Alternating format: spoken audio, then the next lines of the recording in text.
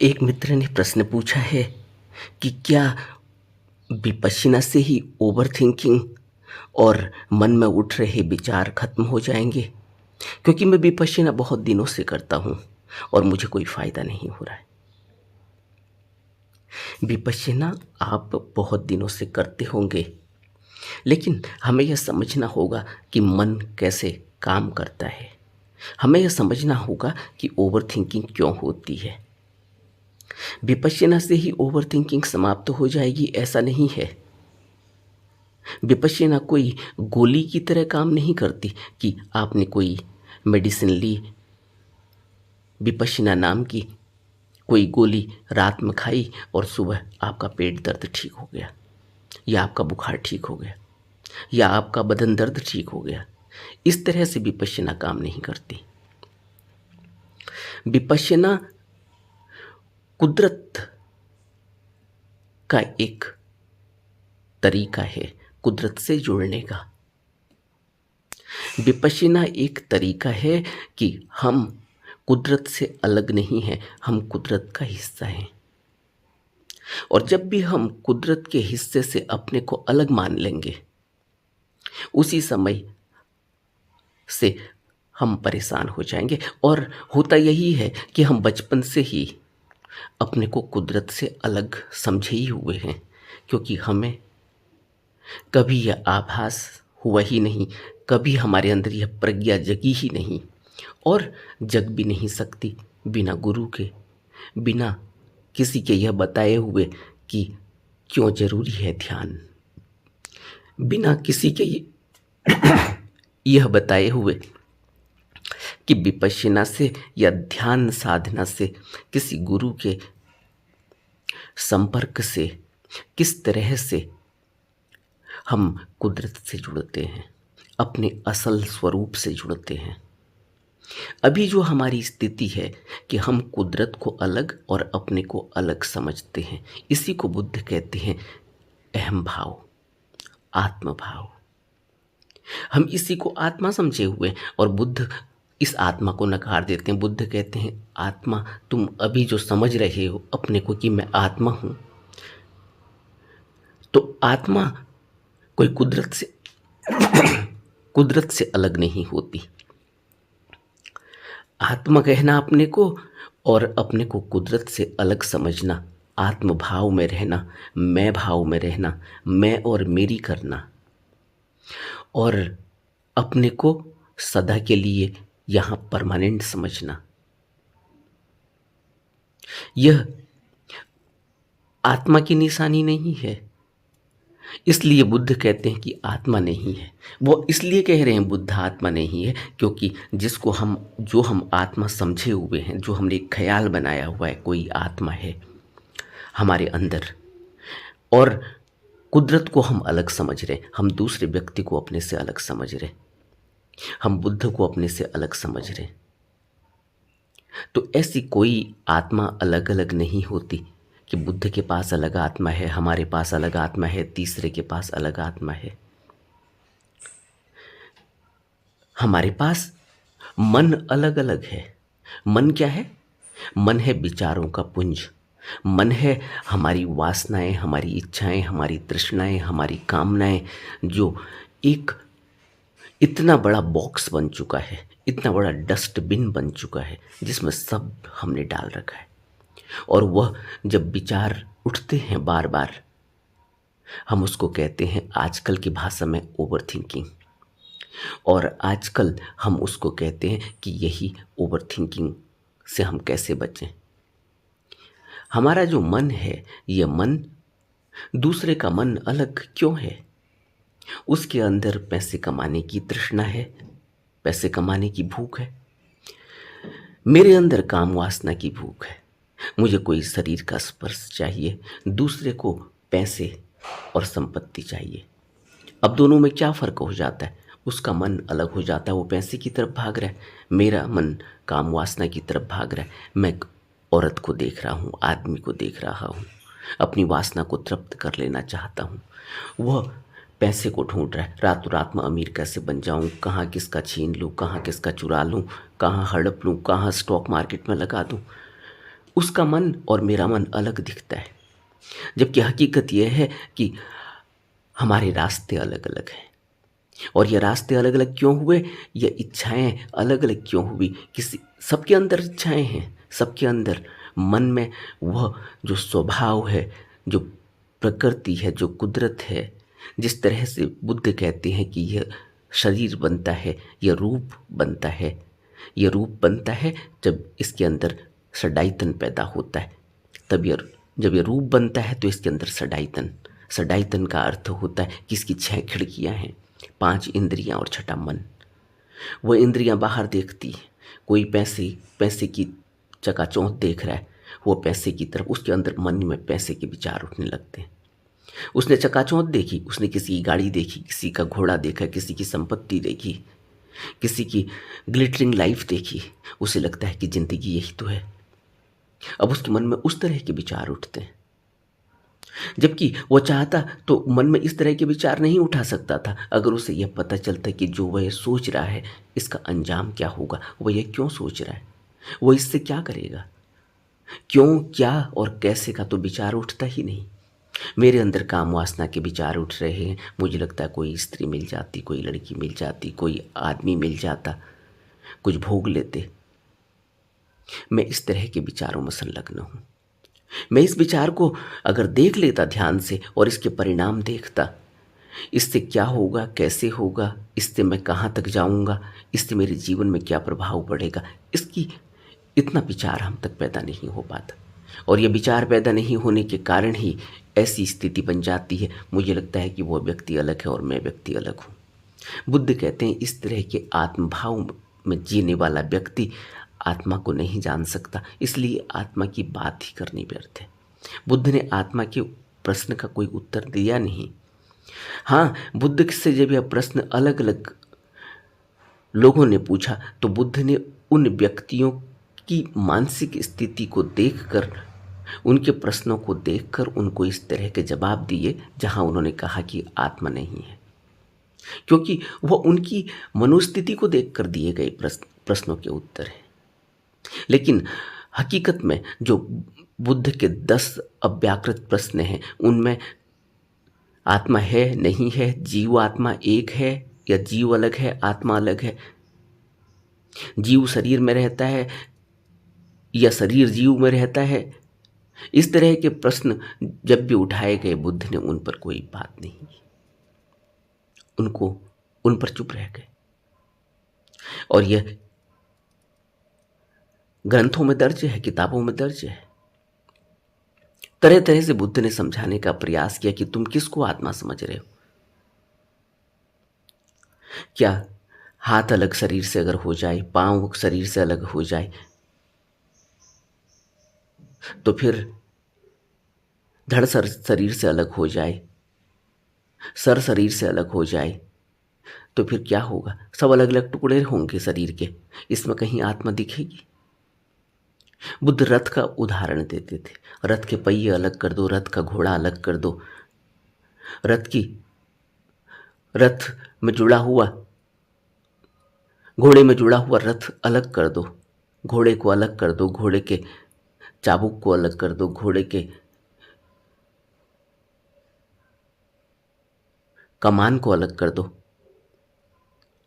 ये सब अलग करने के बाद हम किसको रथ कहेंगे? बुद्ध इस तरह से समझाया करते थे। तो हम जो ओवर थिंकिंग कर रहे हैं, हमें यह समझना चाहिए कि यह मन में उठ रहे विचार जो इतने बढ़ चुके हैं, इसका कारण क्या है? इसका कारण है कि मैं जरूरत से ज्यादा उन बातों को, उन विषयों को सोच रहा हूं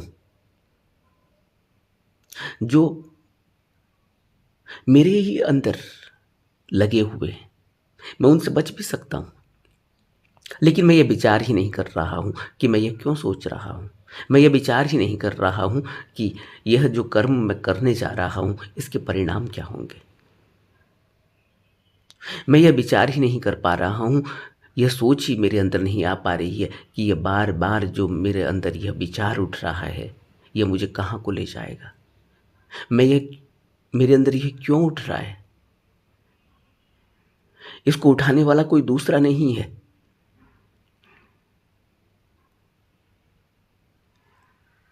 यह मैंने ही अपने अंदर पैदा किए हैं और मैं इनसे बच भी सकता हूं। इसीलिए बुद्ध कहते हैं कि एक ऐसी शुद्ध चेतनता अंदर है जिनसे व्यक्ति इससे बच भी सकता है। यह शुद्ध चेतन अवस्था को जगाने के लिए ही हमें विपश्यना की आवश्यकता है, हमें ध्यान की आवश्यकता है। यह शुद्ध चेतन अवस्था कैसे जगती है?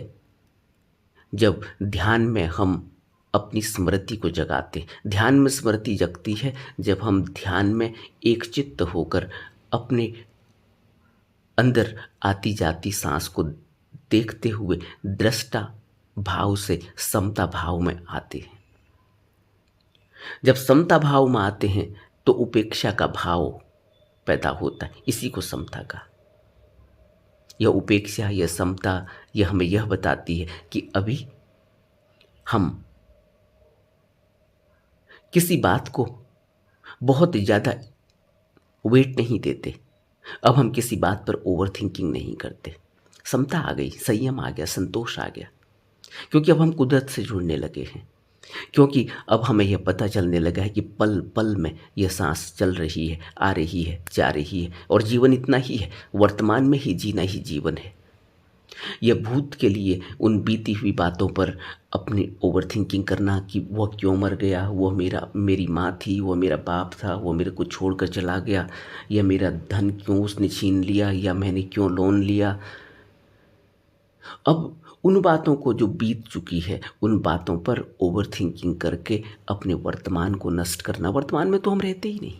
या भविष्य में कि कल को यह होगा, मैं अकेले रह जाऊंगा तो मैं बुढ़ापा आ जाएगा, फिर मेरे को कौन खाना खिलाएगा, तो मैं कैसे रहूँगा। इस तरह की जो बातें हैं, जबकि हमें पता यह भी नहीं कि हम पैदा ही क्यों हुए। पैदा होते समय हमारी कोई इच्छा नहीं है। मृत्यु के समय हम अपनी इच्छा से मरना चाहते हैं। मृत्यु के समय हम मरना ही नहीं चाहते। हम अपने जीवन को ऐसे जीना चाहते हैं जैसा हम चाहें। और जब हम पैदा हो रहे थे तब हमने न तो कोई माँ अपने से चुनी, न बाप अपने से चुना, न घर परिवार अपने से चुना, और बाकी जीवन को हम अपने हिसाब से चुनना चाहते हैं। लेकिन बुद्ध कहते हैं अगर इतनी स्मृति जग जाए तो आगे अब आने वाला जीवन अपने हिसाब से भी हो सकता है, क्योंकि मन ही तो जीवन को चला रहा है। बुद्ध इसलिए तो कहते हैं कि जिसकी तृष्णा रुकी उसका संसार सब रुक गया, और जिसकी तृष्णा रुकी उसी को शाश्वत सत्य मिल पाएगा। जिसकी तृष्णा रुकी वही सत्य के मार्ग पर चल पाएगा। जिसकी तृष्णा रुकी उसी को निर्वाण घट पाएगा। यह तृष्णा कहाँ उठती है? तृष्णा मन में उठती है। और मन में तृष्णा क्यों उठ रही है? हम इसके जिम्मेवार हैं, कोई दूसरा थोड़ी जिम्मेवार है। क्योंकि मेरे अंदर प्रज्ञा पैदा नहीं। बुद्ध कहते प्रज्ञा से निर्वाण घटित होता है। और प्रज्ञा क्यों नहीं घटित हुई? क्योंकि प्रज्ञा ही तो है जो हमारे अंदर यह विचार पैदा करती है, जो हमें हर उठ रहे विचार को ध्यान से देखने के लिए मजबूर करती है। वो प्रज्ञा ही तो है जो हमें यह बता रही है कि क्या हमारे लिए अच्छा है और क्या हमारे लिए बुरा। अब सोचो, एक व्यक्ति रास्ते में चलते चलते किसी से छेड़छाड़ कर देता है। उस व्यक्ति के अंदर प्रज्ञा ही नहीं, उस व्यक्ति के अंदर होश ही नहीं, स्मृति ही नहीं, उसे परिणामों का पता नहीं, और फिर उसे जो भुगतना पड़ता है, जो उसकी फिर मरम्मत होती है, फिर जो उसे दिन रात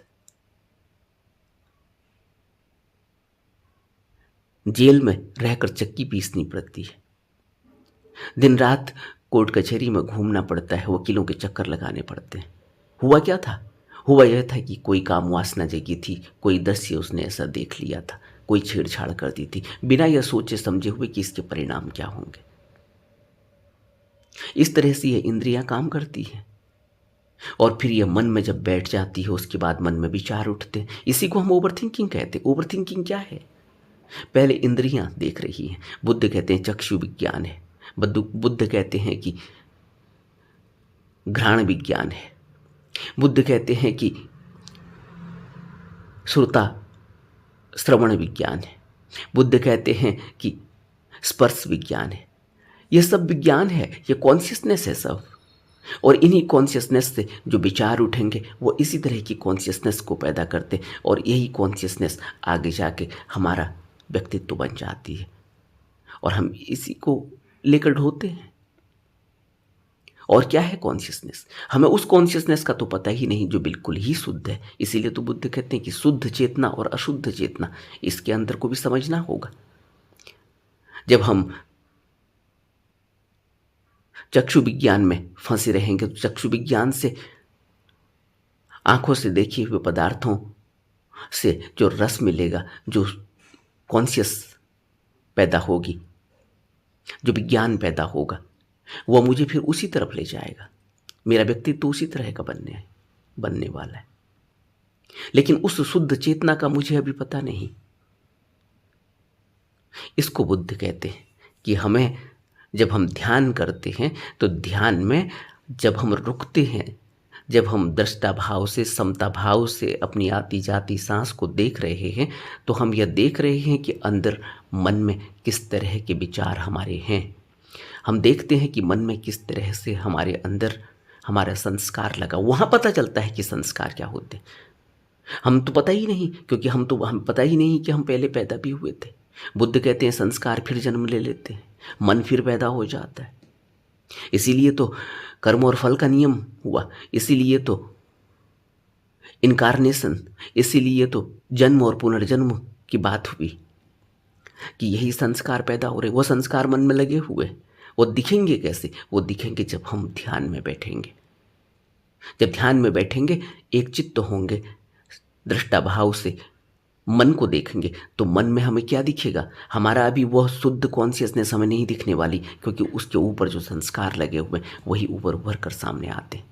ऐसे ही जैसे उबलते हुए पानी से भाप ऊपर उठती है या समुद्र में लहरें उठती हैं, अभी हमारे समुद्र के अंदर, मन रूपी समुद्र के अंदर जो लहरें उठ रही हैं वो वही हैं जो हमने बोया है, जो हमने संस्कार लगाए थे।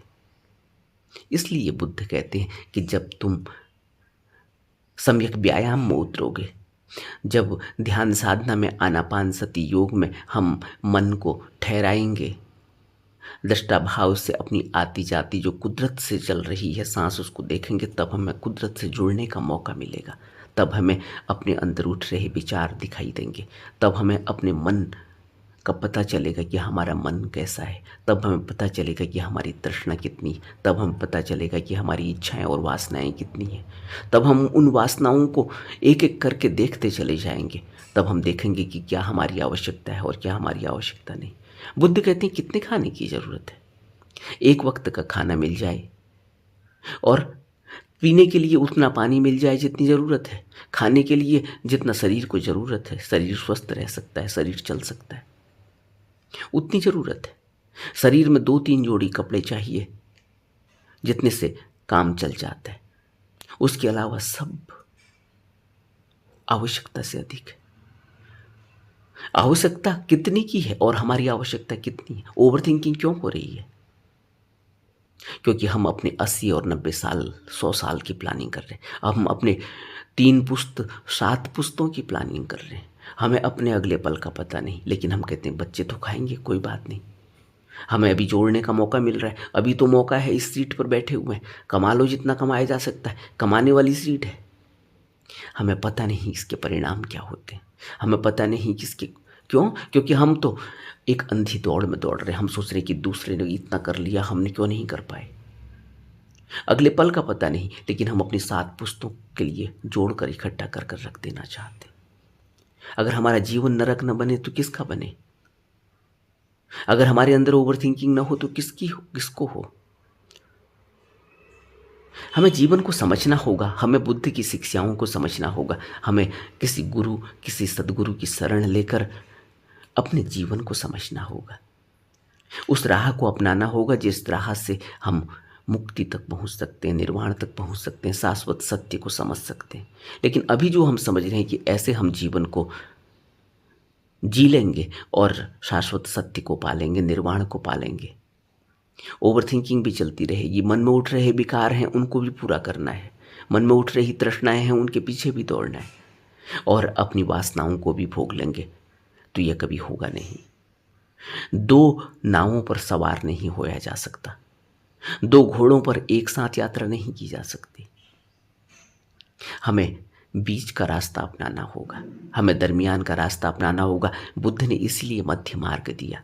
जीवन को समझने की आवश्यकता है, जीवन को देखने की आवश्यकता है, समता भाव जगाने की आवश्यकता है, और यह काम ध्यान से होता है। इसीलिए तो सभी बुद्धों ने आज तक के, जब से भी यह सृष्टि बनी, जब से भी यहाँ जीवन हुआ होगा, जब से भी यहाँ मनुष्य पैदा हुआ होगा, तब से लेकर आज तक न जाने कितने बुद्ध पुरुष इस धरती पर आए, और उन्होंने एक ही बात कही है, वो है कि ध्यान से शाश्वत सत्य को पाया जा सकता है। ध्यान करना होगा, मन को समझना होगा।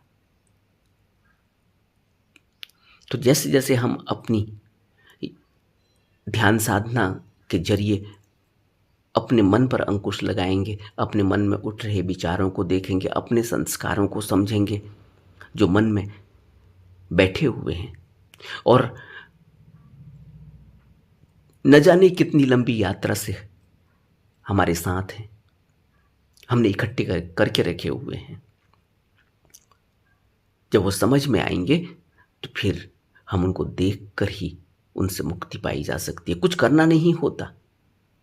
बुद्ध बार बार जब हमें विपश्यना की शिक्षा देते हैं तो हमें उन वेदनाओं को, उन सूक्ष्म तरंगों को, उन अपने मनस में उठ रहे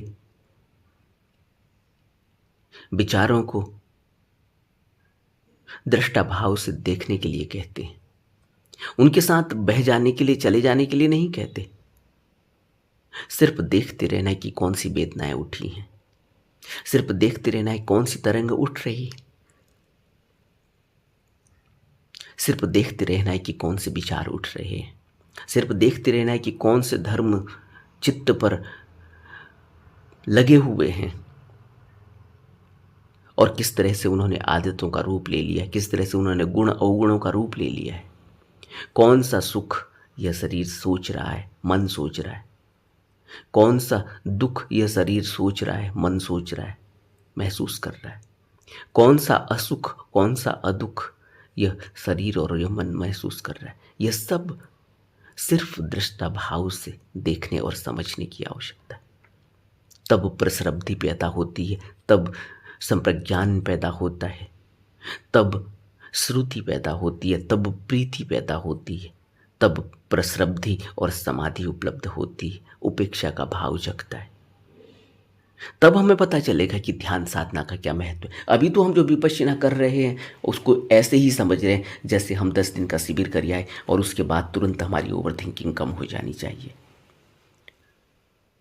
हमें लगातार मेहनत करनी होगी। जन्मों जन्मों से यह संस्कार लगे हुए हैं और हम सोच रहे हैं कि ऐसे ही कोई गोली मिल जाए, उस गोली को रात में खाया और सुबह बीमारी दूर हो गई। ऐसी न तो कोई गोली बनी, ऐसा न तो कोई ध्यान बना।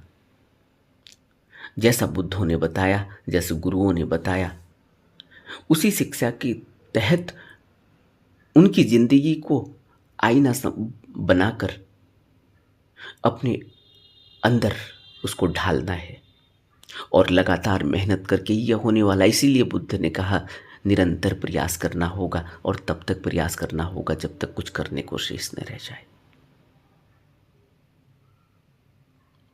नमो बुद्धाय।